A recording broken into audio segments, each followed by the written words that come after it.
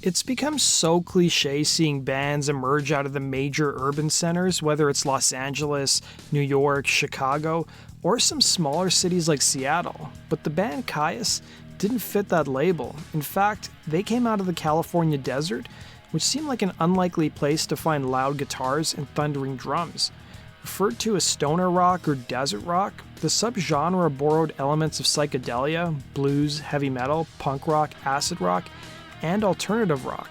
The members of Kyuss saw the desert as a key ingredient of their music that couldn't be found elsewhere in nearby places like Los Angeles, with singer John Garcia telling the LA Times in 1994, "The desert is the key ingredient in our sound. We're always trying to work the desert vibe into our music.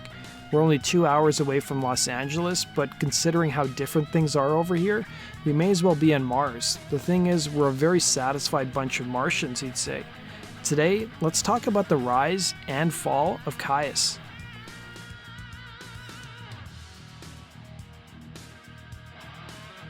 Kyuss's roots dated back to the Palm Desert when a 14-year-old drummer named Brant Bjork formed a band with his best friend, bassist Chris Cockrell. They would start jamming with a metal-loving schoolmate of theirs known as Nick Oliveri, who had just picked up guitar after selling his bass. Soon enough, they added a second guitarist in Josh Homme, and originally called themselves Katzenjammer, which in German either meant hangover or moaning of a cat. You guys can take your pick. The band eventually changed their name to Sons of Kyuss after they added vocalist John Garcia. The name was born from a character in Dungeons & Dragons.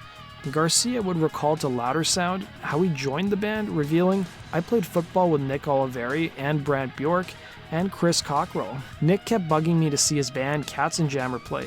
This is still when they jammed in Brant's room, so one day me and my buddy went up there, and that was it for me. I wanted a piece of it," he'd remember. Located 2 hours from Los Angeles, there weren't a lot of venues for the band to play at, and by Garcia's own admission, the band would pack up their equipment, including a generator, a light, a keg, and play in the middle of nowhere for free and have their own party. These gigs would be referred to as generator parties. While the media seemed to indicate that generator parties were started by Kyuss, they wouldn't be the first band to do these types of gigs, as the members of Kyuss were heavily influenced by several groups who came before them, including Across the River and Yawning Man. While these generator parties were free gigs, guitarist Josh Homme stressed that crowds could be hard to win over, revealing to Billboard, "If people don't like you, they tell you. You can't suck." While many in the media seemed to romanticize or glamorize these gigs, the generator parties started to get bigger and soon changed for the worst. Soon enough, people who weren't even fans of the type of music started showing up and brought guns and knives, and Brant would tell Louder Sound the reality of the parties, revealing, "It was like Altamont every weekend," referring to the infamous 1969 Rolling Stones gig. "There was no security, no nothing. That's what's so ironic about people romanticizing those parties. You had a lot of fun, but it was primal and dangerous. When it got bigger, a lot of people gave up because more and more people showed up who weren't necessarily into punk rock or music.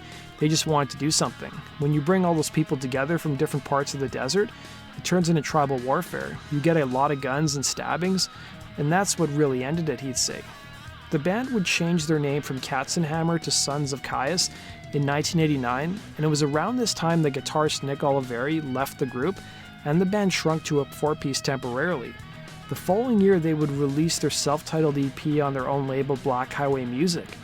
Keep in mind, a lot of the members of Kyuss were still in their teens when they put out their first EP. Following the release of that EP, the band had another lineup change, with Chris Cockrell leaving the band and former guitarist Nick Oliveri coming back into the fold, but transitioning over to the bass. Kyuss only made about 500 copies of their EP and started selling them to local record stores. But it would be a woman named Catherine Enney, who managed the recording studio where the band recorded their first EP, who took the band under her wing and started booking shows for the group in Los Angeles. By 1990, Kyuss soon started playing clubs in LA, and initially, they weren't well received. Homme would tell Billboard magazine, "It was weird, there were still a lot of hair bands around. Actually, a lot of people hated us. I think we got into fights 13, 14 shows in a row." The band would sign with independent record label Dolly, who put out their debut album, Wretch, in September of '91. Several of the songs that were found on their first EP would reappear on Wretch, albeit in a re-recorded form. While the album didn't sell a lot of copies, the The band's fortunes in LA soon changed, with Kyuss becoming a well-respected act around the city. They soon caught the attention of a writer named Chris Hot Rod Long, who wrote for a publication named Hollywood Rocks, who was also a club promoter. He would later go on to become an A&R man for Chameleon Records. Long would admit to Billboard magazine, "I did tons of stuff on them. I wrote about them in every issue for 2 months." By the late 1990 and early 1991, major labels started showing interest in the band, and they would eventually sign with Chameleon Records. It's important to note that the band's first label, Dolly, was a subsidiary of Chameleon Records.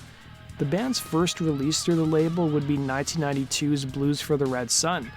The album would be produced by Masters of Reality guitarist Chris Goss, who is also from the Palm Desert and had struck up a relationship with the group after attending several of their Generator parties. He understood the band's music and knew how to capture their sound in the studio.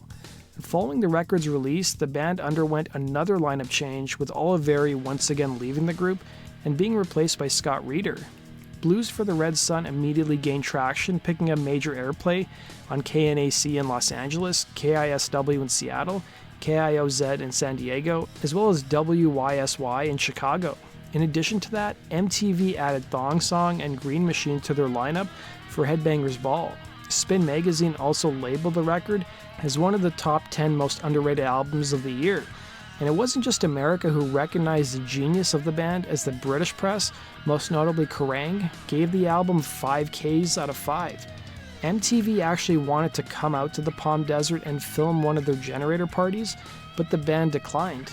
Goss would reveal to the LA Times why the band said no to MTV, revealing, "I thought that was the coolest thing. There's a commitment to being genuine that I love about Kyuss. Those parties are something that the local kids really enjoy. Why make it flavor of the week," he'd say. To support the record, the band toured with the likes of Faith No More, Danzig, and White Zombie. But awareness of the group really took off when they opened for Metallica in early 1993 in Australia. While Blues for the Red Sun was hugely influential, it wasn't a big seller. It only moved about 39,000 copies, but they were on a small label, and according to Billboard magazine at the time, they had the biggest awareness of any band whose last album sold close to 40,000 copies.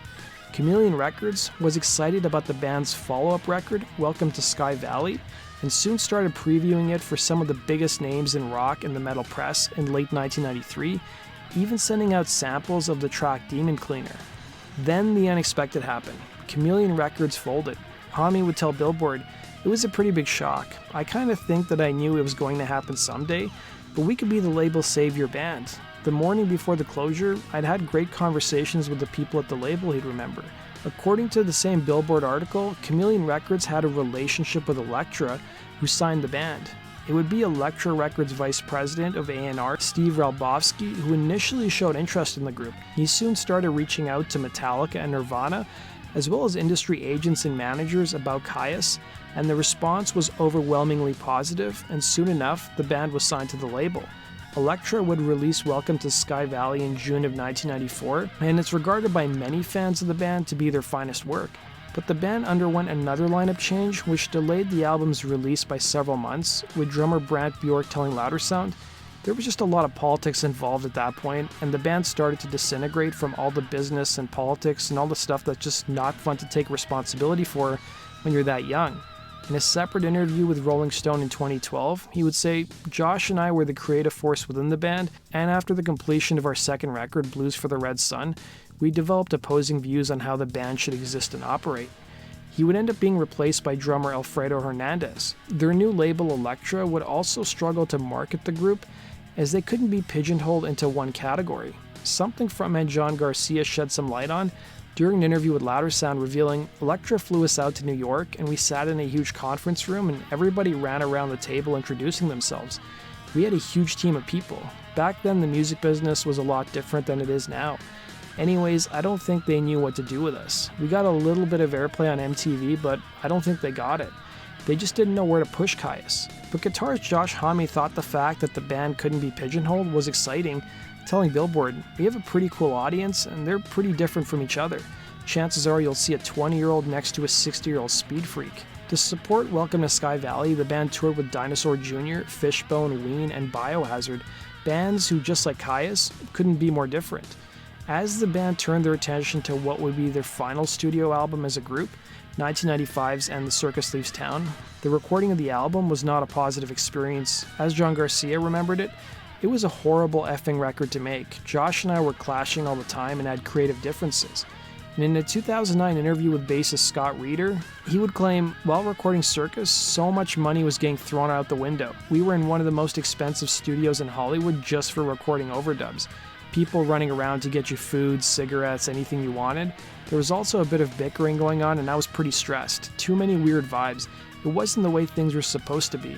Everyone was a little too stoned. And Reeder would go on to reveal that the band blew even more money remixing the record because the bass was inaudible. The record also received less favorable reviews than the band's two previous records. The group's final record would be released in July of '95, and Elektra wanted to promote the band across both alternative and hard rock heavy metal formats, in addition to skate, surf, and snowboard shops, and even tattoo parlors, according to Billboard magazine. The campaign was futile though, as Kyuss did a short tour across the States and Europe before they called it quits in October of '95.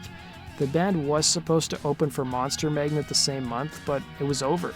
The move even took their label by surprise, and initially it was reported by MTV that personal reasons weren't behind the split, but drummer Brant Bjork would tell Louder Sound the final straw that broke the camel's back, revealing, "The writing thing is what made the band implode. We had a publishing company and everyone got 25%, whether I came in with more material or Josh did," which was pretty much the case. It came to a point where Josh wanted to break up the publishing individually, and by doing that, you were breaking up the spirit of the band. That's exactly what happened, he would say. In 1997, a Kyuss and Queens of the Stone Age compilation EP was put out, and Queens of the Stone Age was guitarist Josh Homme's new project at the time, which we'll talk about in a little bit. While in 2000, a compilation record titled Muchas Gracias, The Best of Kyuss, was released by Elektra. Following his time in Kyuss, Homme would go on to play guitar for the Screaming Trees, which I've done an entire video on about their long and complicated history. The link is down below. It was around the time Homme was playing in Screaming Trees that he formed his own hugely successful outfit, Queens of the Stone Age. The other members of Kyuss would pursue other musical projects, with Nick Oliveri hooking back up with Homme and Queens of the Stone Age until his departure in 2004, and drummer Alfredo Hernandez would also play in the band as well. In 2006, former Kyuss frontman John Garcia joined Queens of the Stone Age on stage to perform a few Kyuss songs, fueling speculation of a possible reunion, but Homme shot those down a year later. And in November of 2010, Garcia, Oliveri, and Bjork started touring under the moniker Kyuss Lives. Initially, Josh Homme had no opposition to the name and was initially supportive. It wasn't until Kyuss Lives announced that they were going to record an album and release a live record that the legal trouble started.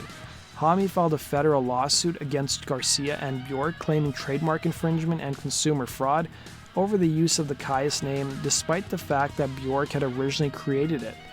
A judge would rule that the band could perform live using the moniker, but not release new material under the name. Kyuss Lives would soon change their name to Vistocino, and only put out one record. Regarding the possibility of a Kyuss reunion with Josh Homme, he's always ruled it out, but last year he seemed to change his tune, saying, "There have been times I thought Kyuss cannot end that way, and the only real way to end it correctly now would be to play," he'd say. That does it for today's video, guys. Thanks for watching. Be sure to like button and subscribe, and we'll see you again on Rock and Roll True Stories. Take care.